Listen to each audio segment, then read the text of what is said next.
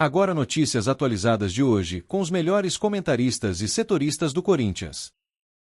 Bora, rapaziada, bora falar do Timão, porque mais um dia de preparação, né, de trabalhos táticos intensos no CT Joaquim Grava, mas vamos ao que interessa.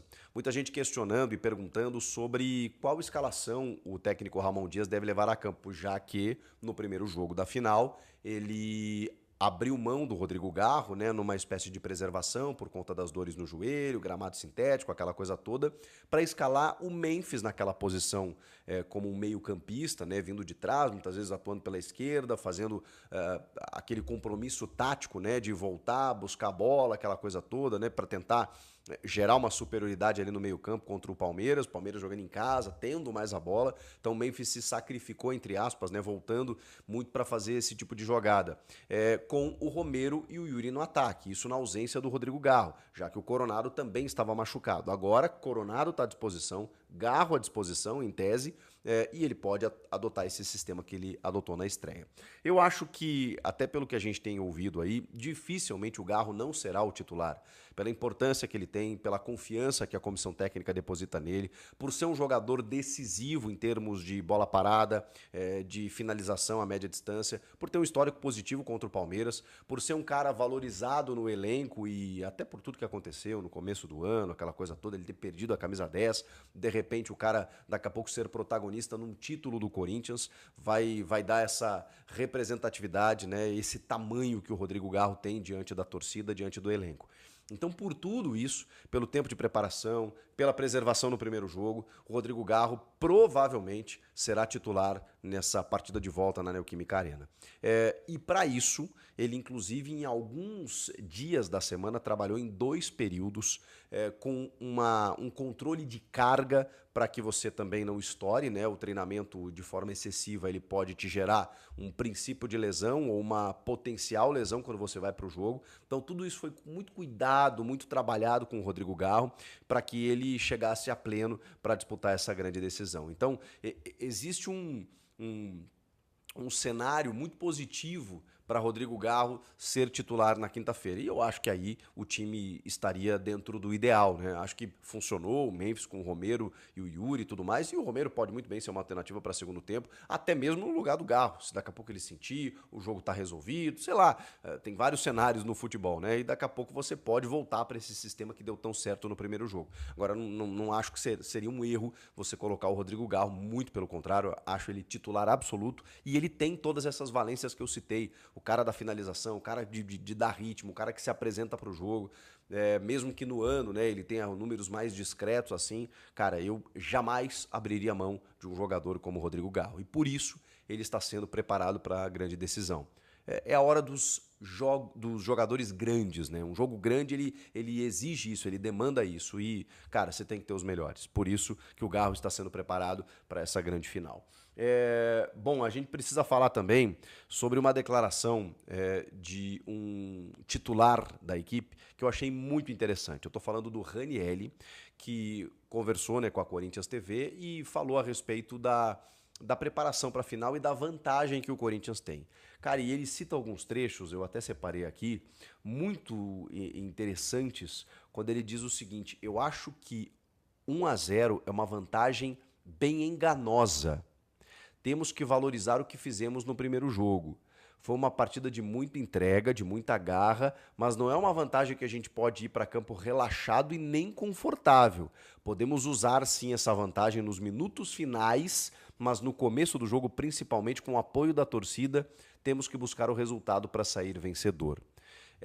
Cara, fundamental o que o Ranieri disse. Que é tipo assim, vamos esquecer a vantagem. Vamos jogar com ela, mas não nos debruçar na vantagem. Não nos acomodar com a vantagem, porque é isso, né? Um gol do Palmeiras muda tudo. Agora, se o Corinthians entrar disposto a vencer o jogo, como se tivesse 0-0, eu acho que é o melhor dos mundos. Se preocupar em não tomar esse gol e, ao mesmo tempo, buscar uma vitória jogando em casa diante da torcida para confirmar o título, porque aí realmente o Palmeiras vai estar numa subida tremenda, porque ele vai ter que virar o jogo na Neoquímica Arena para levar para pênaltis.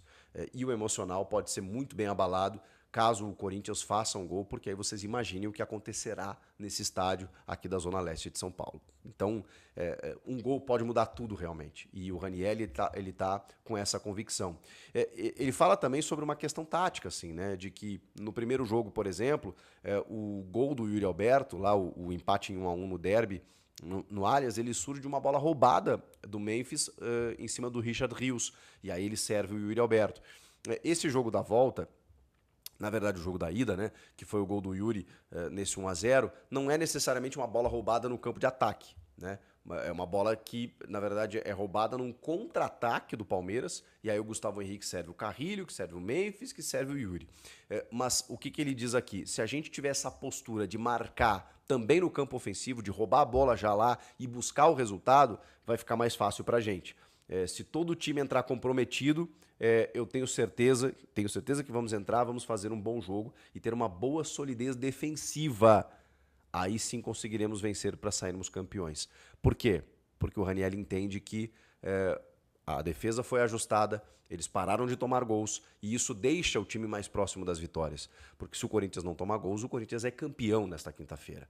Então o Raniel, que inclusive é, para mim, o pilar desse novo momento, estando à frente da defesa para resolver esse problema de uma vez por todas, e a gente viu como resolveu nos últimos jogos, eu acho que ele tem muito poder de fala, muito lugar de fala para poder falar exatamente sobre isso, sobre essa possibilidade aí de você se tranquilizar na defesa e permitir com que o teu time ataque.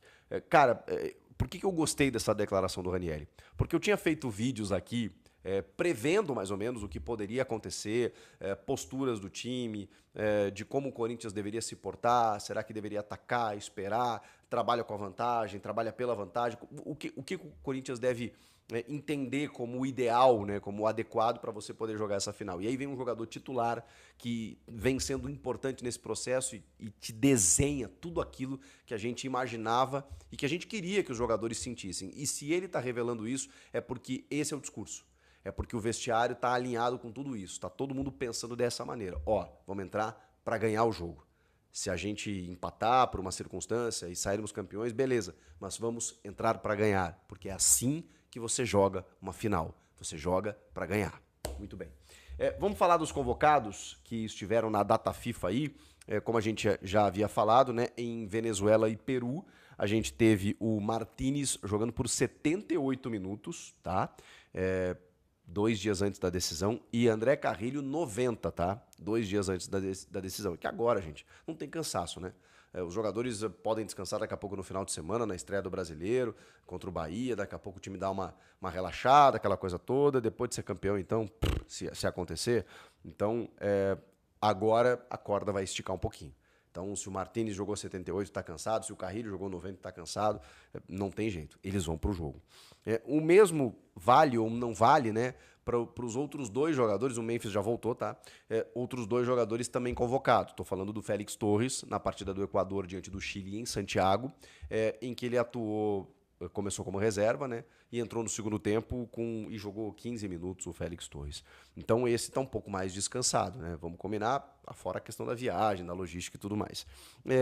E no jogo Paraguai e Colômbia, 2-2, o Romero entrou só no finalzinho, jogou 8 minutos, o Richard Rios jogou 90. Então ele está um pouco mais desgastado, né? Se a gente comparar com o Romero, não é a mesma posição, mas só para vocês entenderem. E eles estão voltando num voo fretado, porque os dois têm o mesmo compromisso, né? Palmeiras e Corinthians, Corinthians e Palmeiras nessa quinta-feira na Neoquímica Arena. Então, assim foram os convocados, né? O Romero empatou o seu jogo contra a Colômbia, não foi titular, entrou nos minutos finais. O Equador acabou vencendo, né, a equipe do Chile. E o Félix Torres foi reserva também, entrou nos minutos finais, 15 minutos apenas. E a Venezuela, que venceu o Peru por 1-0, teve o Martínez jogando 78 minutos e o André Carrilho durante o jogo inteiro. Gente, o que vocês estão achando aí? Rodrigo Garro, declaração do Ranieri, convocados que estão voltando aos poucos e vão participar desse último trabalho tático na tarde dessa quarta-feira, visando o derby de quinta. Tem mais um vídeo aqui, mais um vídeo pré-jogo, que eu vou trazer para vocês aí na noite de quarta, começo de quinta, para a gente poder esquentar essa partida aí e projetar a grande decisão do Paulistão 2025,